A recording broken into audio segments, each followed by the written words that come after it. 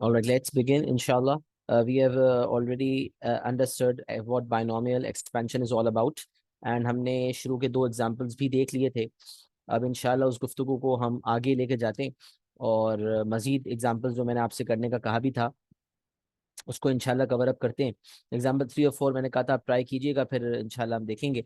तो अब मैं डिस्कस करता हूँ, फिर आप भी देखिएगा किस तरह से मैं इसको अप्रोच कर रहा हूँ और किस तरह से जो है वो शॉर्ट मेथड है इसको करने का. अगर आपने किसी मेथड से किया है तो आप देख लें कि आपका मेथड जो है वो सही और शॉर्ट मेथड है या नहीं.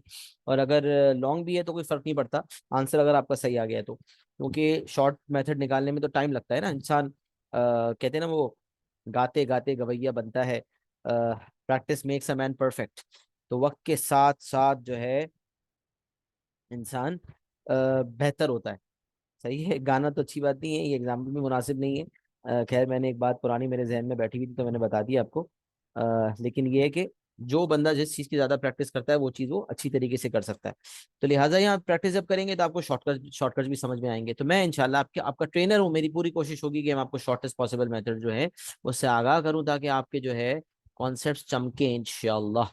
चलिए एग्जाम्पल देखते हैं. The first three terms in the expansion of 2 minus x whole power 6 in ascending powers of x. अब यहाँ देखें इसने फर्स्ट थ्री टर्म्स का कहा है. अब मैं आपको एक चीज पे यहाँ पर जो है वो थोड़ा हाईलाइट करना चाहता हूँ और उस बारे में बताना चाहता हूँ. अक्सर बच्चे ने असेंडिंग और डिसेंडिंग के चक्कर में फंस जाते हैं, हालांकि फोकस इस पे करना है. फर्स्ट थ्री टर्म्स का मतलब पता है क्या है? कि एन की वैल्यू 6 है ना, तो 6c0 वाला एक टर्म होगा. 6c0 ए पावर 6 माइनस 0 बी पावर 0, फिर प्लस 6c1 ए पावर 6 माइनस 1 बी पावर 1, फिर प्लस 6c2 ए power 6 minus 2 B power 2.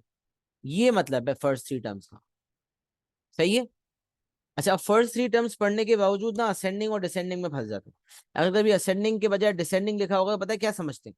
Sir उल्टा तो नहीं खोलना, मैं उल्टा तो नहीं खोलना, मतलब 66 से लेकर 65 64 तो नहीं खोलना. ओ भाई नहीं यार, क्या हो गया? When the examiner has told you to find the first three terms, you have to focus on the first three terms, which means 60 से 62 तक. That's it.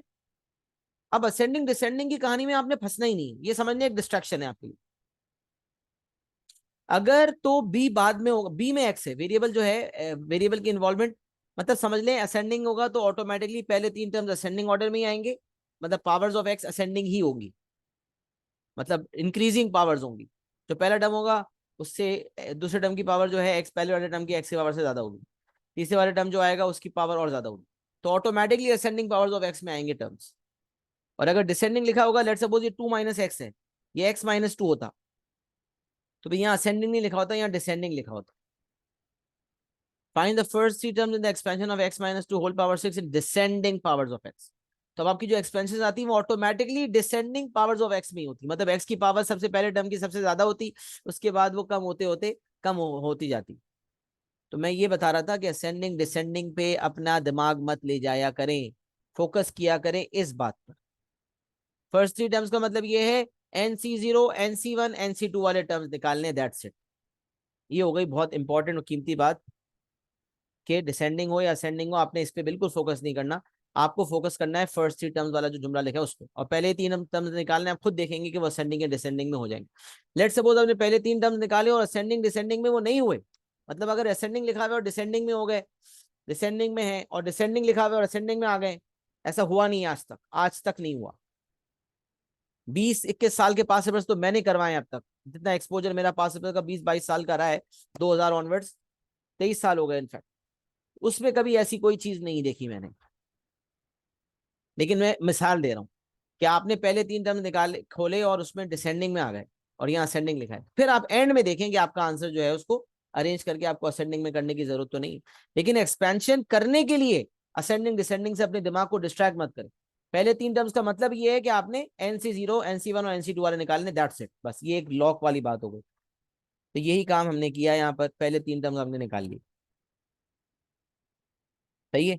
डायरेक्ट निकालने एक्सपेंशन हॉरिजॉन्टल फॉर्मेट पे, या मैंने आपको बताया था पहला दूसरा तीसरा टर्म निकाल सकते हैं. 6C0 6C1 6C2, 2 पावर 6 से लेकर जो ए की पावर्स है वो रिवर्स ऑर्डर में जा रही है, या नंबर बढ़ रहा है. 2 की पावर जो है सबसे पहले मैक्सिमम पावर 6 फिर कम होना शुरू हो जाती है. और बी क्योंकि सिर्फ एक्स नहीं है, मैंने कहा था ये जो माइनस होता है ना ये बी के साथ लिया जाता है, लिहाजा ये माइनस एक्स जो है वो बी है, और बी की पावर जो है वो पहले 0 है, फिर 1 है, फिर 2 है, इंक्रीजिंग पावर है। अच्छा, ये बात आपको पता है कि अगर नेगेटिव के ऊपर इवन पावर हो तो वो पॉजिटिव हो जाता है। लिहाजा पहला माइनस एक्स पावर 0 तो 1 ही होता है, तो यहाँ से नेगेटिव नहीं है, पॉजिटिव है।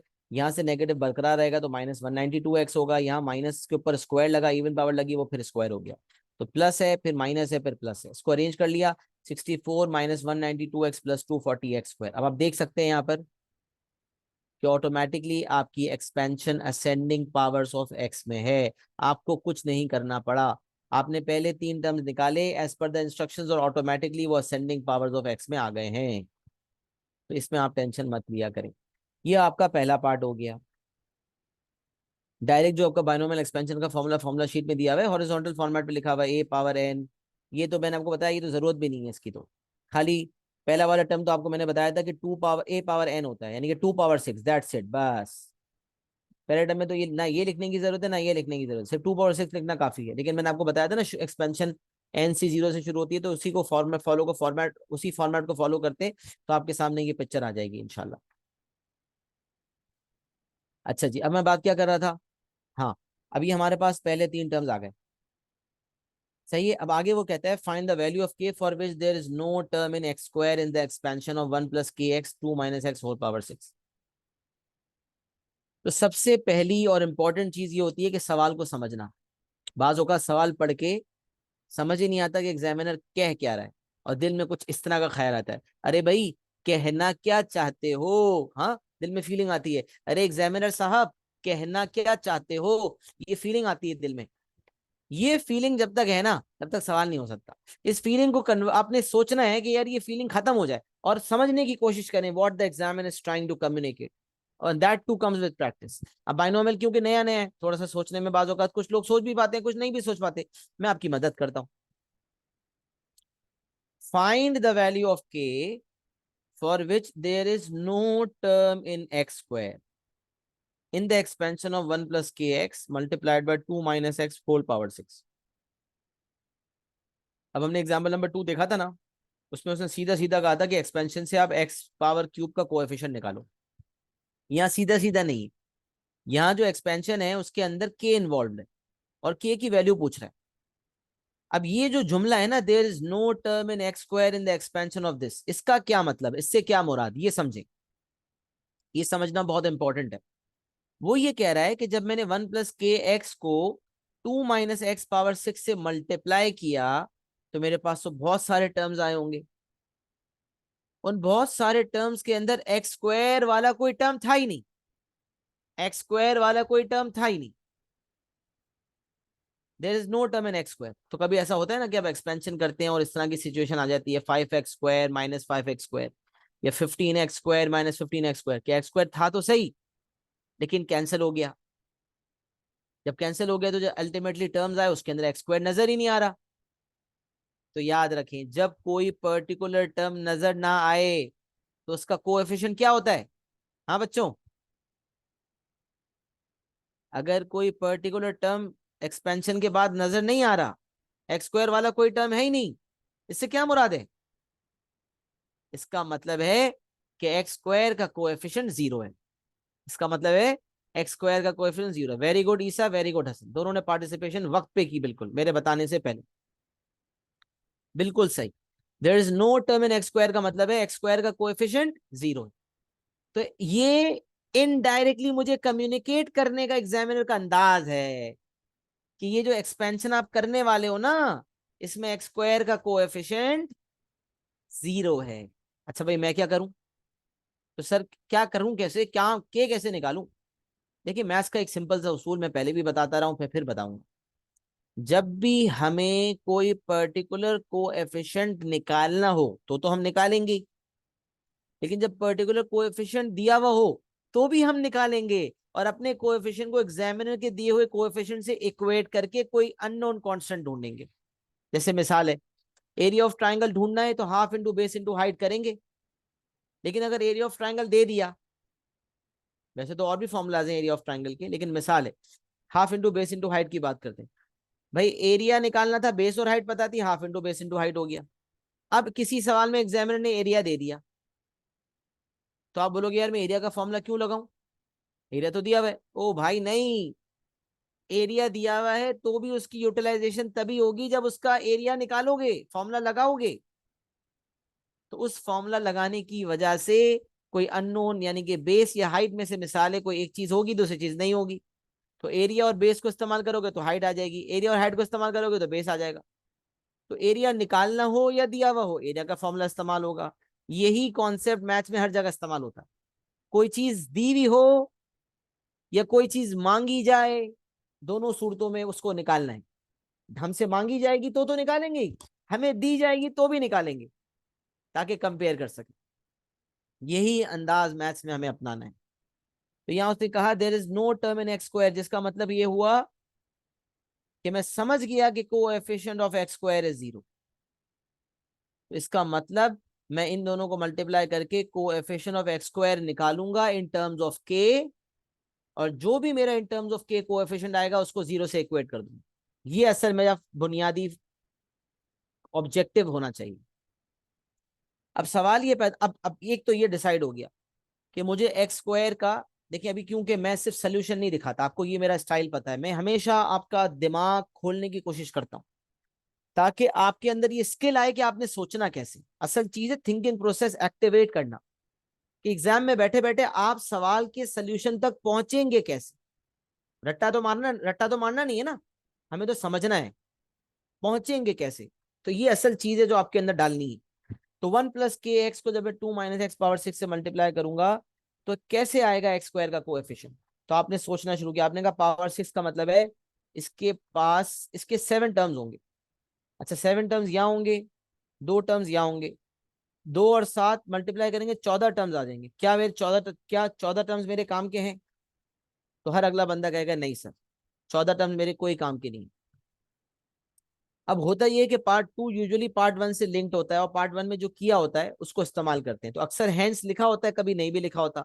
जैसे है ये पास पेपर का सवाल, लेकिन यहाँ पर हैंस नहीं लिखा हुआ। इसका मतलब ऊपर वाले जो 3 टर्म्स आए थे उनको यूज करना है, या उसके अलावा और भी कुछ करना है, ये हमें कंफर्म नहीं है। लेकिन हम सोचना शुरू किया। अब आप सोचना शुरू करें। 1 + kx के ऊपर तो कुछ है नहीं। 1 + kx को जब मैं बराबर वाले ब्रैकेट से मल्टीप्लाई करूंगा तो 1 को मैं बराबर वाले ब्रैकेट के किस कोएफिशिएंट से मल्टीप्लाई करूंगा, ये बताएं कि मुझे एक्स स्क्वायर मिलेगा। 1 जिसमें कोई एक्स नहीं है उसको बराबर वाला ब्रैकेट यानी कि 2 - x⁻⁶ के किस कोएफिशिएंट से मल्टीप्लाई करूंगा कि एक्स स्क्वायर मिलेगा।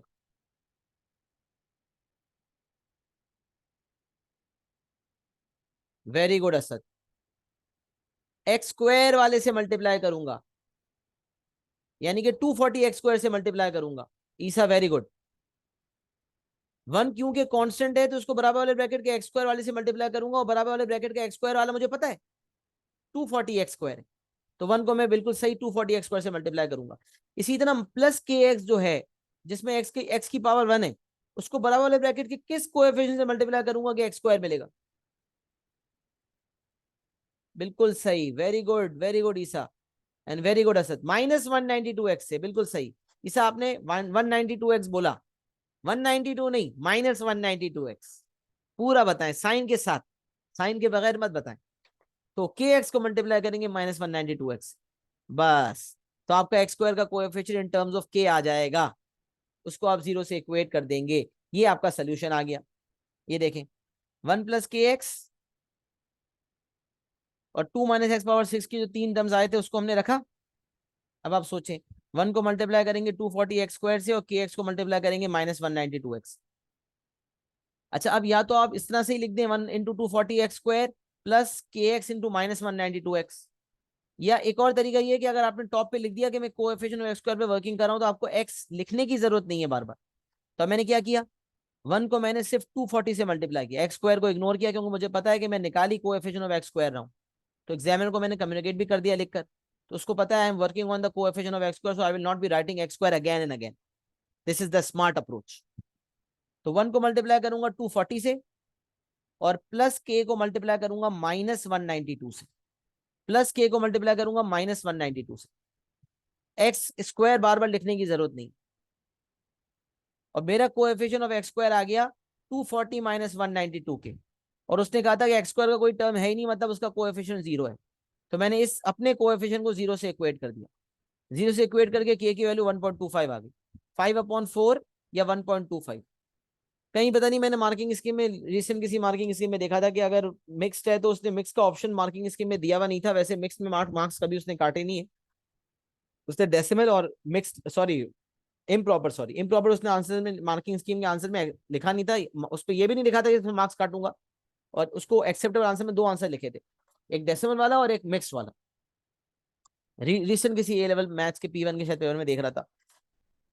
तो आपको यही रिकमेंडेशन है कि भाई अगर इम्प्रॉपर आता है तो ओ लेवल मैथ्स या IGCSE मैथ्स की तरह आप मिक्स में दे दें। हालांकि हमने पुराने बहुत सारे सवाल किए हैं जिसके अंदर वो इम्प्रॉपर में एक्सेप्ट कर रहा होता है, लेकिन मैंने एक रीसेंट पेपर में ये चीज देखी थी तो मैंने कहा आपको मैं बता दूं, क्योंकि हमें लेटेस्ट पास पेपर अर्ली करने का फायदा यही होता है कि जो एग्जामिनर्स बदलते हैं ना, उनके अंदाज बदलते हैं, उनकी चाल बदलती है, तो उसकी चाल को समझना आसान हो जाता है।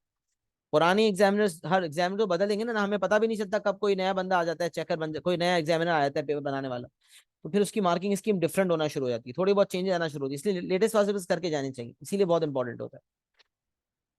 अच्छा, लेटेस्ट पास पेपर्स करने भी होते हैं और विद मार्किंग स्कीम देखने भी होते हैं, ताकि हमें चेक भी करने होते हैं, ताकि हमें पता हो कि मार्किंग स्कीम किस पे मार्क काट रही है, किस पे दे रही है। बहरहाल तो यहाँ से हमारे पास के 5/4 आया, तो बेहतर है कि आप 1/4 दें या फिर 1.25 दें। तो ये आपका एग्जाम्पल नंबर 3 मुकम्मल हो गया। सही है। एग्जाम्पल नंबर 3 जो है आपने कॉपी कर लिया, कॉपी कर लें और समझ भी लिया। तो अगर कॉपी भी कर लिया और समझ भी लिया तो क्लियर एंड डन लिख दें, ताकि मैं अगले एग्जाम्पल की तरफ बढ़ जाऊँ।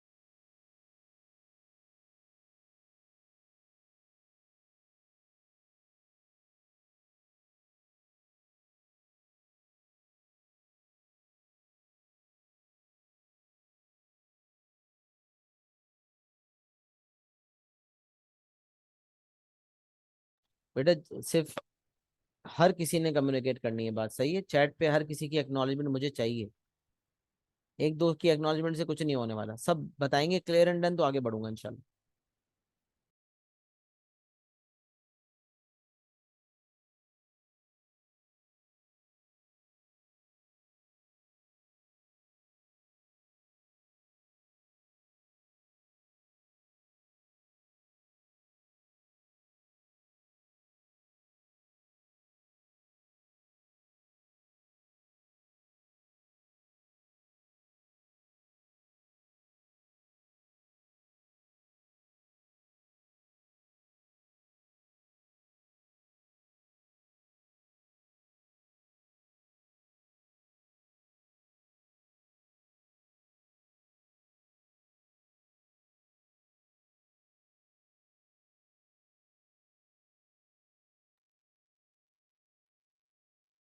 चले जी, all right, moving forward toward example number 4। अब देखें, यहाँ पर आ रहा है एग्जाम्पल नंबर 4, जून 2003 का सवाल है, paper 1 question number 1। Find the value of the coefficient of 1/x in the expansion of 2x minus 1/x power 5।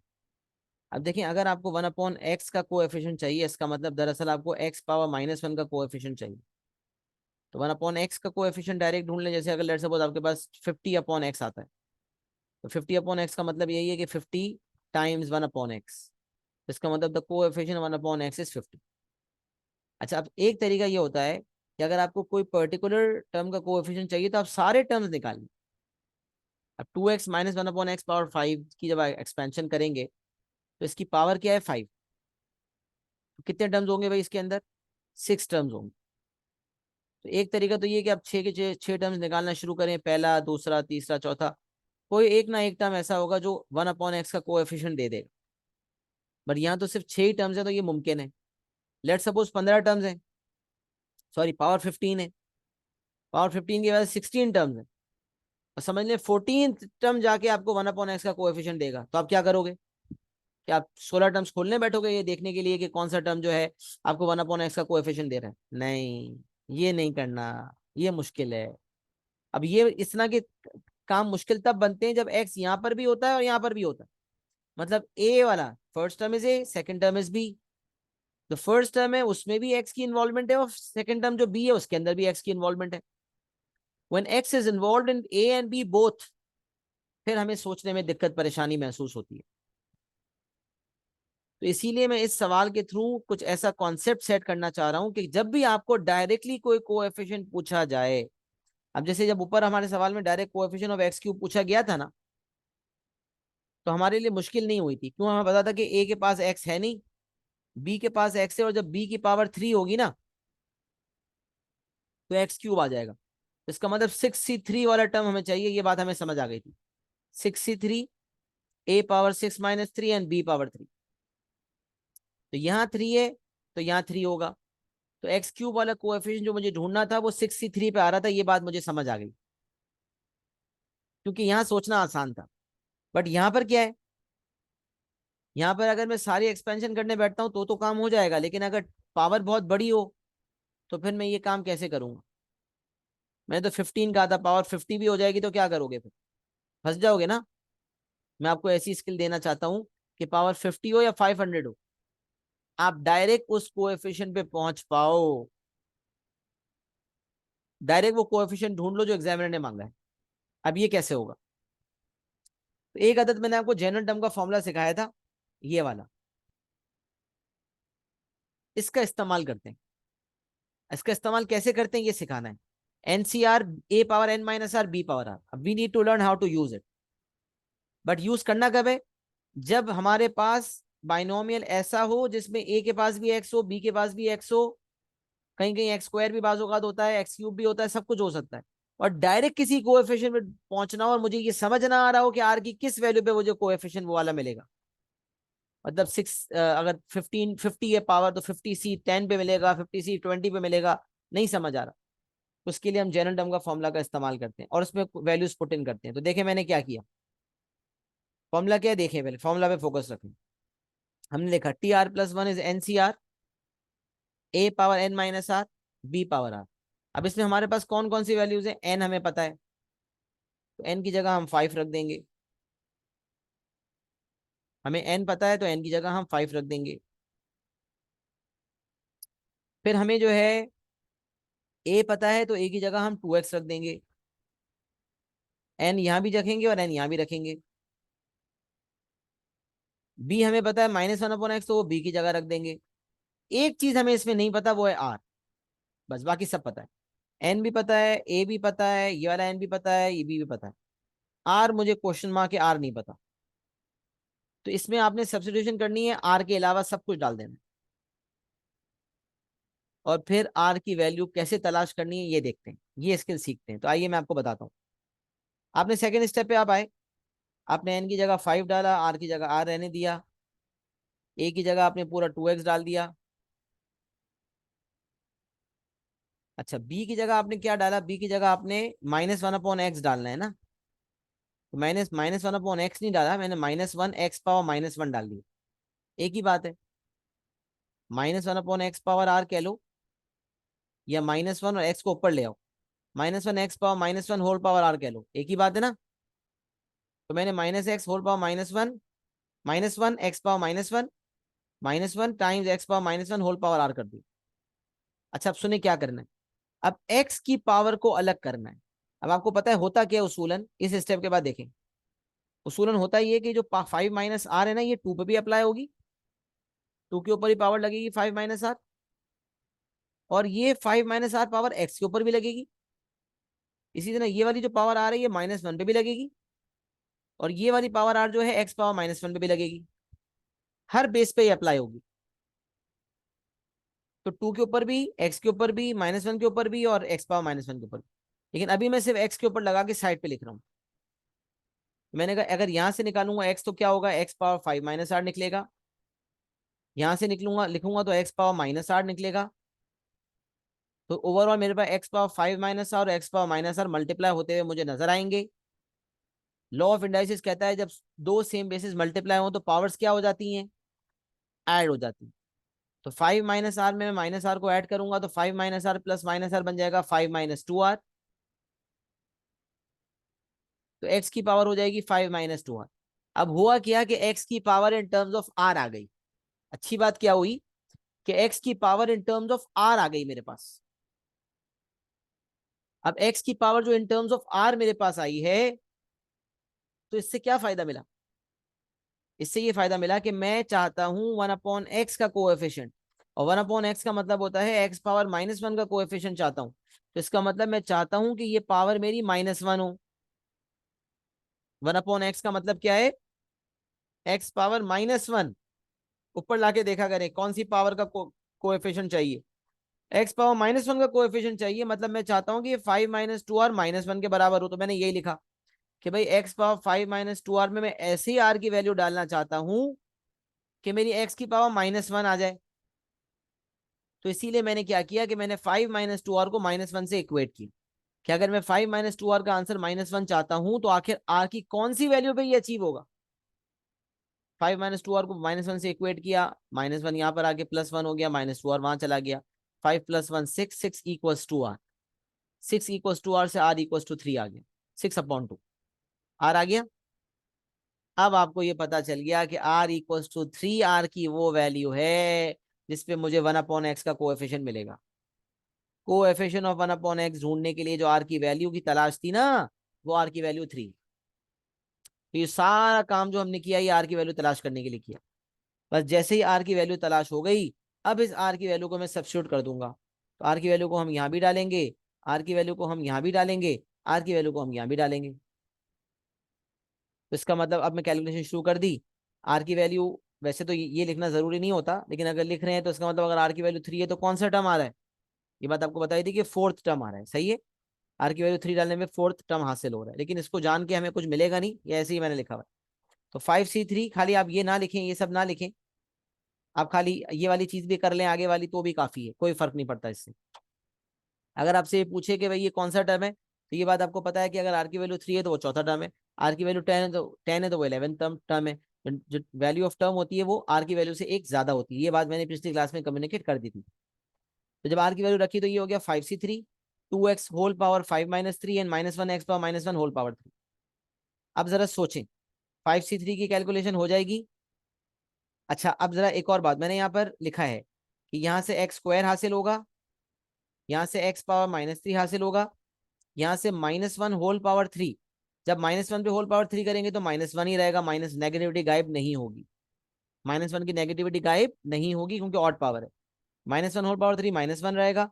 5c3 को 2 स्क्वायर से मल्टीप्लाई किया है, कैलकुलेटर से करें 5c3 10 multiplied by 2 power 2। Multiply का साइन जरूरी है, मैंने बताया था। डायरेक्ट अगर आप 5c3 2 पावर 2 लिख देंगे तो मैथड एरर आ जाएगा। तो 5c3 मल्टीप्लाई बाय 2 पावर 2 40 आ जाएगा। 40x² -1 x पावर -3, आपको पता है सेम बेसिस पावर जेड के मुताबिक x की पावर -1 ही बनेगी, तो लिखने की जरूरत है नहीं। मैंने तो फिर भी लिख दिया यहाँ तक एंड तक, लेकिन लिखने की जरूरत नहीं है। डायरेक्ट भी आप कैलकुलेशन कर सकते हैं। बहरहाल मैंने आपके सामने आंसर पेश किया कि आपका आंसर -40 x पावर -1 आ रहा है, बट यहाँ आंसर छोड़ेंगे नहीं क्योंकि आपसे कोएफिशिएंट 1/x पूछा है। लिहाजा एंड में आप बताएंगे कि 1/x का कोएफिशिएंट -40, 1/x का कोएफिशिएंट -40 है। मैंने लिखा है 1 x पावर -1 कह दें या 1/x कह दें, coefficient 1/x is -40। I repeat, जब भी ऐसा सवाल आएगा nCr a power n - r b power r वाला जनरल फॉर्मूला लगाएंगे, उसके अंदर n a और b रखेंगे, r अननोन रहेगा, फिर x की पावर्स को अलग करेंगे, सेम बेसिस की वजह से पावर्स को ऐड करेंगे, जो भी इन टर्म्स ऑफ r पावर आएगी आई होगी उसको हम रिक्वायर्ड कोएफिशिएंट से, मतलब जो रिक्वायर्ड को जो जिस जो रिक्वायर्ड पावर से इक्वेट करेंगे, मतलब जो रिक्वायर्ड पावर जिस जिस कोएफिशिएंट जो कोएफिशिएंट हमें हासिल करना है, अगर वो 1/x का है तो पावर पावर -1 है, अगर मुझे कहता कोएफिशिएंट ऑफ एक्स स्क्वायर निकालो तो मैं 5 - 2r को 2 से इक्वेट करता। अगर मुझे कहता है एक्स क्यूब का कोएफिशिएंट निकालो तो मैं 5 - 2r को 3 से इक्वेट करता। लेकिन दिस इज अ प्रोसेस, उसको इक्वेट करके आर की वैल्यू आ जाती है, आर की वैल्यू को पुट बैक करते हैं, रिक्वायर्ड कोएफिशिएंट हासिल हो जाता है। ये आपका एग्जांपल नंबर 4 मुकम्मल हो गया।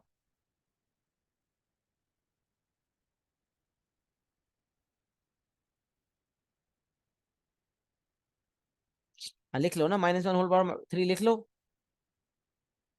अब्दुल रहमान, -1 के ऊपर अगर होल पावर 3 लिखते हो आप तो कैलकुलेटर में डालो ना, क्या आएगा आंसर? -1 ही तो आएगा। तो मैंने लिख दिया -1। ये पावर 3 मैंने -1 होल पावर 3 इस तरह नहीं लिखा जाता, ये तरीका सही नहीं है। ये बात समझ ले, -1 होल पावर 3 अलग है, -1 पावर 3 का मतलब होता है कि ये पावर 3 से 1 पे अप्लाई हो रहा है बस, माइनस पे अप्लाई नहीं हो रहा। तो ये अलग चीज होती है और ये अलग चीज होती है, दोनों में फर्क है। अच्छा, ऑड पावर में तो फर्क नहीं पड़ता, बट इवन में फर्क पड़ेगा। जैसे -1 होल पावर 4 लिखे और -1 होल पावर 4 लिखे, इन दोनों में फर्क है। यहाँ वो माइनस को मल्टीप्लाई कर रहा होगा 1 पावर 4 से, 1 पावर 4 का आंसर आएगा 1, और बाहर माइनस मल्टीप्लाई हो जाएगा। और जब यहाँ देखेंगे -1 होल पावर 4, तो ये माइनस पे भी पावर 4 लगेगी, तो ये माइनस +1 हो जाएगा। यहाँ से -1 आंसर मिलेगा, यहाँ से +1 मिलेगा। तो मुझे ये बात पता थी कि पावर 3 जो है -1 पे भी लगनी है, और एक्स की पावर से मल्टीप्लाई, ये रूल होता है ना कि अगर पावर के ऊपर पावर हो तो इंडाइसिस के मुताबिक पावर्स मल्टीप्लाई हो जाती है। तो एक्स की पावर -1 थी, पावर 3 है, मल्टीप्लाई हो जाएंगी। जब भी मैंने यहाँ भी ये किया था, एक्स की पावर 1 थी, बाहर 5 - r थी, मल्टीप्लाई हो गया 5 - r मिल गया। यहाँ एक्स की पावर -1 थी, होल पावर r थी, मल्टीप्लाई हो गया -r मिल गया। तो ये रूल लगाया, a power m whole power n is a power m n, indices का लॉ लिखा हुआ भी है। सही है। एग्जाम्पल नंबर 4 को कॉपी भी कर लें और एक्नॉलेज भी कर दें, is it clear to everyone, so that I can move forward. Sir, I mentally realized that we will use 5c3 to get x power -1। सही है ईसा। यहाँ ये सवाल ये आ रहा है कि सर अगर मुझे मेंटली ही रियलाइज हो जाए कि मुझे 5c3 वाला टर्म चाहिए, तो क्या ये लंबी वर्किंग करने की जरूरत है? नहीं बेटा, फिर जरूरत नहीं। मार्किंग स्कीम में यही लिखा हुआ होता है। अगर आपको मेंटली कभी पता चल जाए डायरेक्टली, मैंने आपको कहा ना, अगर मेंटली पता चल जाए तो फिर ये वर्किंग की जरूरत नहीं है, मार्क्स भी नहीं है इसके। मार्क्स असल इसके हैं, इस स्टेप के मार्क्स हैं। अगर 3 नंबर का सवाल है तो एक स्टेप यहाँ, दूसरा स्टेप, 3 या 4 नंबर का सवाल है तो मुझे इसी स्टेप के आगे की वर्किंग के मार्क्स मिलने वाले। ये लिखने का, इसको लिखने का, इसको लिखने का, इस सब चीजों के मार्क्स है। ये आर की टर्म में लिखने का कोई मार्क नहीं है। लेकिन मैंने आपको बताया ना, पावर 50 है, और आपने मेंटली सोचना शुरू किया 1 से 2 से 10 से 50, या आप रैंडम ट्राई करते रहे, आपको अंदाजा हो गया, जहन में आ गया, जहन में आ रहा है तो सही है, कर सकते हैं, मुझे पता है मेंटली हो सकता है। अगर मेंटली आपका दिमाग इतना चल रहा है और आप कर सकते हो, तो फिर आपको ये सब वर्किंग की जरूरत नहीं है, ना इस वर्किंग की जरूरत है। फिर आपके लिए ये वाली वर्किंग काम की है बस, इस पर आपको पूरे मार्क्स मिल जाएंगे, इत्मीनान रखें। बट अगर आप डायरेक्ट पिक मेंटली पिक नहीं कर पा रहे, तो ये तरीका मैंने आपको बता दिया, क्योंकि कभी पावर ज्यादा भी हो सकती है और मुश्किलात हो सकती है। मुश्किल के केस में आप कर सकते हैं। मैंने आपको एक ऑथेंटिक मेथड बता दी है। सही है। क्लियर एंड डन लिखेंगे इंशाल्लाह, तो फिर मैं आगे बढ़ रहा हूँ।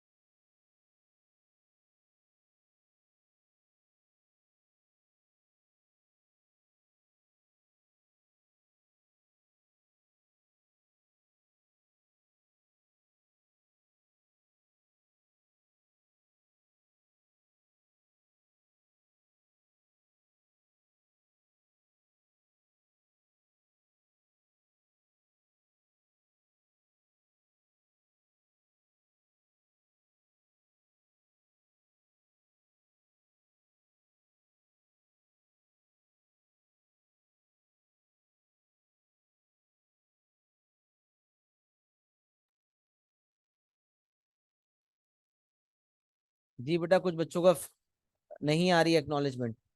क्या नाम है अपना? हाँ, लाइबा अब्बासी। लाइबा आप बताएं। एक्नॉलेज करें, नहीं समझ आ रही है, नहीं आ रही बात, कहाँ गायब है?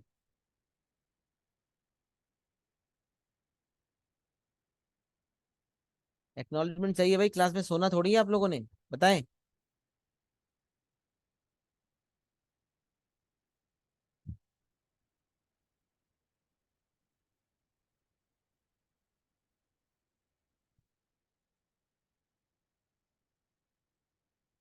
चलें जी, आगे बढ़ते हैं। अच्छा जी, अभी ये एक और एग्जांपल रह गया है। इससे कुछ और आपको सिखाना है, वो मैं आपके सामने सिखाता हूँ इंशाल्लाह।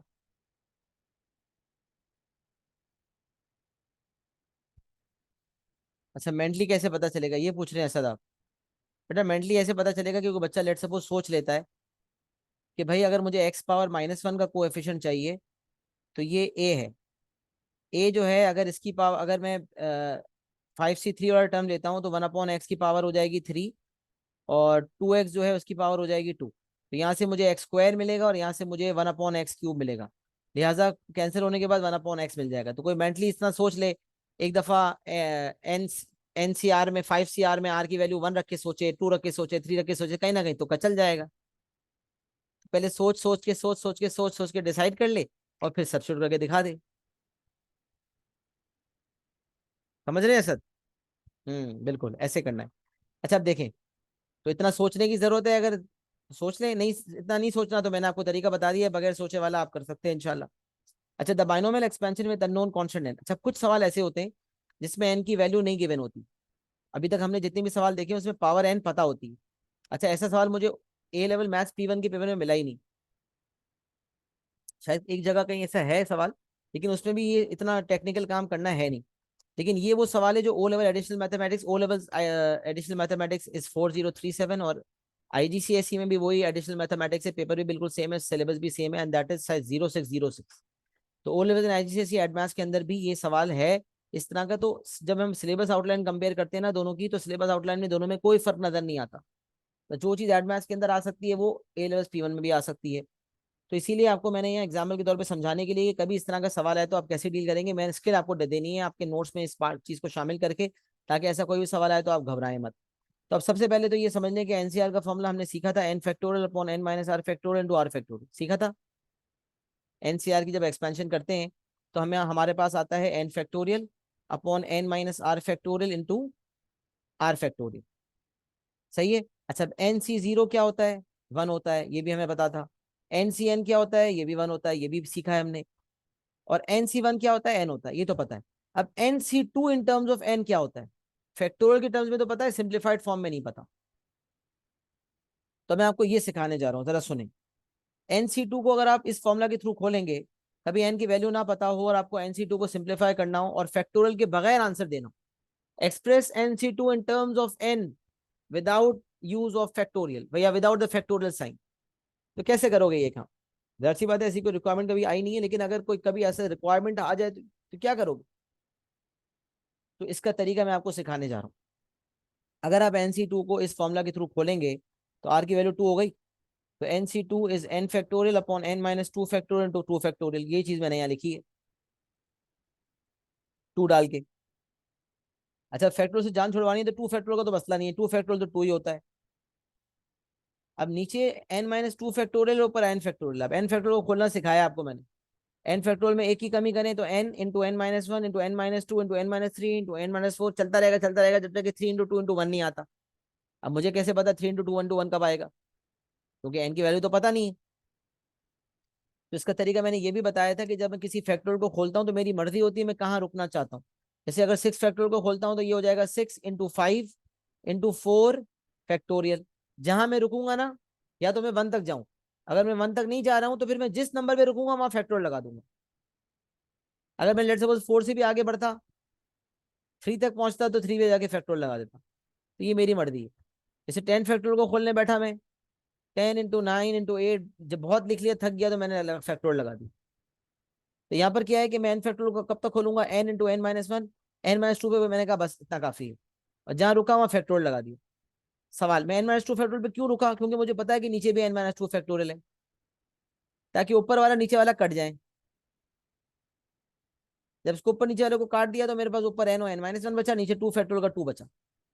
इसका मतलब NC2 की जो सिंप्लीफाइड एक्सप्रेशन हो गया in terms of n without factorial sign, that is n into n-1 upon 2।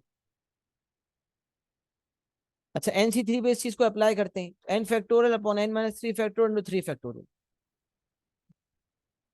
n factorial को खोला तो n into n-1 into n-2 into n-3 factorial, नीचे भी n-3 फैक्टोरियल, ऊपर वाले नीचे वाला कट गया, 3 फैक्टोरियल का आंसर आता है 6। सिंप्लीफाइड फॉर्म में n into n-1 into n-2 upon 6। ये आपको सिंप्लीफाई करना समझ में आ रहा है? इस तरह से हम सिंप्लीफाई करते हैं। अच्छा इसका मेरे ध्यान में बैठाने का मैं आपको तरीका भी बताऊं। NC0 NC1 का तो पता है, अब NC2 का मैंने आपको बता दिया। NC2 का शॉर्टकट क्या है कि आपको पता होना चाहिए n वाले दो टर्म्स आएंगे, n वाले दो टर्म्स आएंगे, एक n और एक n-1, और नीचे आएगा 2 फैक्टोरियल। NC3 में आपको पता होना चाहिए कि n वाले तीन टर्म्स आएंगे, एक आएगा n, एक आएगा n-1, एक आएगा n-2 और नीचे आएगा 3 फैक्टोरियल जो कि 6 होता है। तो ये डायरेक्ट ध्यान में बैठाने का तरीका है। अब जैसे NC4 किसी को खोलना है तो क्या होगा, n वाला एक term, n-1, n-2, n-3 divided by 4 factorial, ये डायरेक्ट हो गया। अच्छा फॉर्मुला शीट में मैंने आपको बाइनोमियल का फॉर्मुला बताया था और मैंने कहा था ये पहले वाला फॉर्मुला आपके काम का है फॉर्मुला शीट में, और नीचे नीचे वाला तो हम यूज कर ही रहे हैं। अब ये जो ये वाला फॉर्मुला है ना, ये A2 में यूज होता है, लेकिन ये डिराइव ऊपर वाले से ही हुआ है। तो अभी इसका क्या फायदा है, अभी मुझे पता होना चाहिए कि देखो NC1 की जगह लिखा हुआ है n, ये तो मुझे पता ही है। NC2 का जो सिंप्लीफाइड वर्जन है वो लिखा हुआ है n-1 अपॉन 2 फैक्टोरियल। तो अगर आप भूल जाएं तो यहाँ से आपको फॉर्मुला शीट से भी लिंक मिल जाएगा।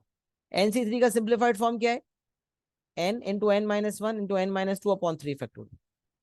यहाँ फॉर्मुला शीट से भी आपको सिंप्लीफाइड वर्जन मिल जाएंगे। NC2 का n into n-1 upon 2 factorial, NC3 का n into n-1 into n-2 upon 3 factorial. सही है। बाकी डिराइव कैसे करने हैं वो भी सिखा दिया, फॉर्मुला शीट से हेल्प लेनी है तो वो भी आपको बता दी। ये आपका जो है एक बात मैंने आपके सामने रख दी। अब इसकी बेसिस पे हम एक सवाल देखते हैं। एग्जाम्पल नंबर 5 जो कि ओ लेवल एडवांस का उठाया हुआ है। In the binomial expansion of 1 plus k x whole power n where n is greater than equals to 3 and k is a constant, the coefficients of x square and x cube are equal। x square and x cube के coefficient बराबर है। अब ये बात ध्यान में रख लें, कुछ बच्चे दोनों के कोएफिशिएंट निकाल के जब इक्वेट करते हैं तो उसमें x स्क्वायर x क्यूब को भी लिखा रहने देते हैं। ये गलती ना करें, एक्स स्क्वायर एक्स क्यूब को हटाएंगे, एक्स स्क्वायर एक्स क्यूब के खाली कोएफिशिएंट्स इक्वेट करेंगे। तो पहले एक्स स्क्वायर का कोएफिशिएंट निकालें, फिर एक्स क्यूब का कोएफिशिएंट निकालें, दोनों के कोएफिशिएंट्स को इक्वेट करें। दोनों के कोएफिशिएंट्स को आप इक्वेट करेंगे, कोएफिशिएंट ऑफ एक्स स्क्वायर को और कोएफिशिएंट ऑफ एक्स क्यूब को इक्वेट करें। अब जब मैंने कोएफिशिएंट ऑफ एक्स स्क्वायर निकालने की कोशिश की तो मुझे पता है कि यहाँ पर एक्स पहले वाले टर्म में तो है ही नहीं। मैंने आपको बताया भी था कि अगर A1 हो जाए आपका, फिर आपकी एक्सपेंशन भी NCR B पावर R की बेसिस पर होती है। A पावर n-r लिखने की जरूरत इसलिए नहीं पड़ती क्योंकि A तो 1 ही है, 1 के ऊपर भी वन के ऊपर तो कोई भी पावर लगाई जाए वो 1 ही रहता है। तो खाली NCR B पावर R की बेसिस पर आपकी एक्सपेंशन होगी। सही है, NCR B पावर R। अब जरा आप ये देखें कि यहाँ पर 1 plus k x whole power n है, और आपको जब यहाँ तो है ही 1, तो आपने अगर एक्स स्क्वायर निकालना है तो आपने के एक्स के ऊपर पावर 2 चाहिए होगी। इसका मतलब वो NC2 वाला टर्म होगा, क्योंकि बी के ऊपर वही पावर होती है जो n के साथ NC जो r की वैल्यू होती है। तो NCR B power R, R की जगह 2 लेना है तभी हमारे पास NC2 वाला टर्म आ जाएगा। तो NC2 के एक्स पावर 2, तो NC2 के स्क्वायर एक्स स्क्वायर।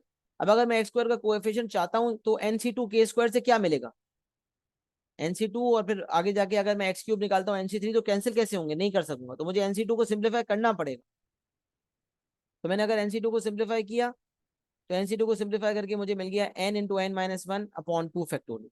फैक्टोरियल लगाएंगे भी तो 2 ही बनेगा ना वो। तो मैंने सिंप्लीफाइड फॉर्म में लिखा है n इंटू n-1 अपॉन 2 के square x square. X square का कोएफिशिएंट खाली ये है, सही है, this is the coefficient of x square. अच्छा फिर मैंने जब देखा कि एक्स क्यूब का भी कोएफिशिएंट निकालना है तो NC3 के एक्स पावर 3 किया, NC3 की एक्सपेंशन की, तो n into n-1 into n-2 upon 3 factorial k cube x cube. Coefficient of x cube ये है, this is the coefficient of x cube. तो एक्स स्क्वायर का कोएफिशिएंट पकड़े यहाँ से एक्स क्यूब का कोएफिशिएंट पकड़े और इन दोनों को इक्वेट कर, इन दोनों को इक्वेट करना, एक्स स्क्वायर एक्स क्यूब नहीं लिखना उसमें। तो मैंने यही किया, मैंने लिखा coefficient of x square is equal to coefficient of x cube. Coefficient of x square की जगह मैंने ये रख दिया और कोएफिशिएंट ऑफ एक्स क्यूब की जगह मैंने ये रख दिया। अच्छा, जैसे ही रखा तो ये बात हमें पता है कि न्यूमरेटर न्यूमरेटर से और डिनोमिनेटर डिनोमिनेटर से कैंसिल होता है, न्यूमरेटर न्यूमरेटर से और डिनोमिनेटर डिनोमिनेटर से कैंसिल होता है, ये बात हम जानते हैं। जब न्यूमरेटर न्यूमरेटर से डिनोमिनेटर डिनोमिनेटर से कैंसिल होता है तो 2 को 6 से कैंसिल करेंगे क्योंकि 3 फैक्टोरियल 6 होता है। 2 1 2, 2 3 6, डिनोमिनेटर्स कैंसिल हो गए, डिनोमिनेटर्स कैंसिल हो गए। अच्छा, न्यूमरेटर में आप देखें एन और एन कट गया, n-1 कट गया, के स्क्वायर के क्यूब के साथ कटा तो पावर के क्यूब हट गई, के बचा, के पावर 1 बच गया। यहाँ से सब खत्म हो गया, सब खत्म हो गया तो जीरो नहीं बचा, 1 बचा। याद रखिए कुछ बच्चे इसको जीरो मान लेते हैं, ऐसा नहीं है, जब सब कटता है तो वो 1 बचता है। अच्छा, यहाँ 1 है और यहाँ 3 था डिनोमिनेटर में, 3 इंटू 1 क्या हो गया 3। यहाँ बचा n-2 इंटू के, n-2 इंटू के इक्वल 3। चाहिए क्या था, एक्सप्रेस के इन टर्म्स ऑफ n, मतलब के को सब्जेक्ट बनाए, के को सब्जेक्ट बनाया, के equal 3 upon n-2। This will be your final answer, यही आपका फाइनल आंसर हो जाएगा।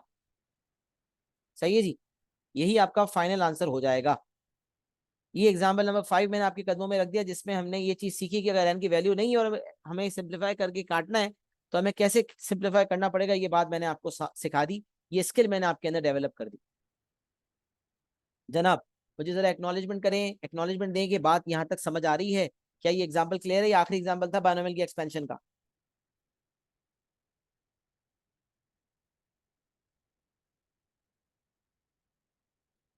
क्लियर है और डन भी है, लिख भी लिया है तो लिख भी लें फटाफट, क्लियर एंड डन लिख दें जल्दी से, शाबाश।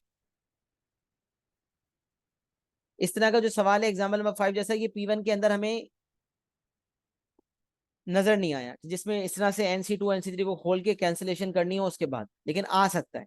ASP1 के अंदर ईसा मैंने ऐसा सवाल कभी अब तक नहीं देखा 20 साल 22-23 सालों के पास सिलेबस के अंदर, लेकिन आ सकता है क्योंकि सिलेबस अगर आउटलाइन कंपेयर की जाए ASP1 की और ओ लेवल एडमैथ्स की, तो syllabus outline as it is same है, तो लेवल ऑफ डिफिकल्टी सेम ही होना चाहिए, लेकिन बस वो एक एग्जामिनर का अपना अंदाज होता है ना। ओ लेवल एडमैथ्स के एग्जामिनर का अंदाज है कि वो ये इस तरह के सवाल देता है, ए लेवल P1 वाला नहीं देता, कल को एग्जामिनर बदल जाए और वो ये सवाल उठा के दे दे तो इसलिए ये सोच कि ये नहीं आएगा और हम ना पढ़े इस तरह के सवाल, ये अप्रोच सही नहीं है, हमें पढ़ना है, सर ने पढ़ा दिया अब हमें समझ आ जानी चाहिए, ऐसा कोई सवाल हमारे सामने आए तो we should be able to do it.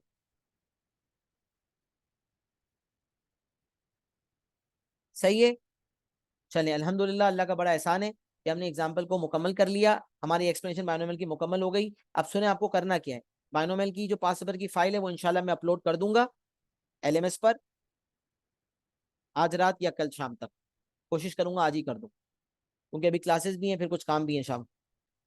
और उसके अलावा बायनोमियल की जो है पास पेपर्स की जो रिकॉर्डिंग्स हैं वो भी मैं इंशाल्लाह अपलोड कर दूंगा, जो पास पेपर्स की रिकॉर्डिंग, जो मैं बहुत सारे सवाल पास में करवाए हैं उसकी रिकॉर्डिंग्स, आप लोग ने बायनोमियल इंशाल्लाह अगली क्लास तक भरपूर तरीके से करना है, सवालात करने भरपूर तरीके से, खुद से करने, अभी अभी आपको किसी और रिकॉर्डिंग की जरूरत ही नहीं है।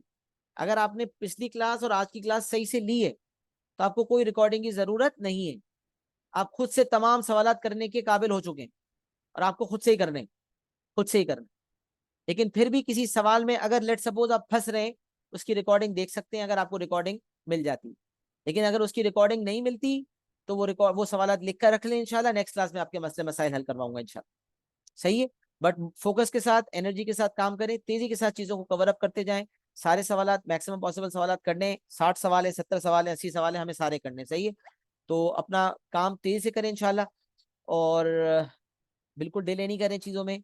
और जो जिन्होंने प्रीवियस क्लासेस एक्सप्लेनेशन वाइज ये टॉपिक ओवर हो चुका है, और ये हमारे सिलेबस का तीसरा टॉपिक जो है सीरीज, उसका पार्ट 2 था। Series part 1 was AP GP and series part 2 is binomial. तो अल्हम्दुलिल्लाह एक्सप्लेनेशन वाइज हमने सिलेबस का तीसरा टॉपिक मुकम्मल कर लिया, 5 रुपए के सवाल आप लोग करेंगे तो मसले मसाइल दिक्कत परेशानी होगी उसको रिजॉल्व करेंगे ताकि ये टॉपिक भी एंड हो जाएगा इंशाल्लाह। सही है, सवालात साथ साथ करते रहें और मसले मसाइल पूछते रहें, जो बच्चे पुराने टॉपिक्स कर रहे हैं वो भी इस चीज को समझ लें कि जो करंट टॉपिक्स है वो मेरे साथ साथ करेंगे। ये नहीं होगा कि अभी बोलेंगे सर वो बाइनोमियल के सवाल नहीं किए, मैं तो अभी ना पुराने एपीजीपी के सवाल कर रहा हूँ या मैं अभी क्वाड्रेटिक के सवाल कर रहा हूँ, फंक्शन, ये नौटंकी नहीं चाहिए। करंट टॉपिक मेरे साथ साथ सवालात कर लो, और जो पुराना जो नहीं हुआ हुआ उसको फिर आप अपने साइमल्टेनियसली चलाते रहो, सही है, क्योंकि ताकि करंट टॉपिक के मसले मसाइल अभी अभी निकालेंगे तो अभी पूछेंगे ना, फिर बाद में कैसे पूछेंगे, अभी पूछे, सही है। चलें जी, अपना बहुत सारा ख्याल रखें, मुझे दुआ में याद रखें। क्लास को मैं ये इख्तिताम कर रहा हूँ। अस्सलाम वालेकुम व रहमतुल्लाहि व बरकातुहू।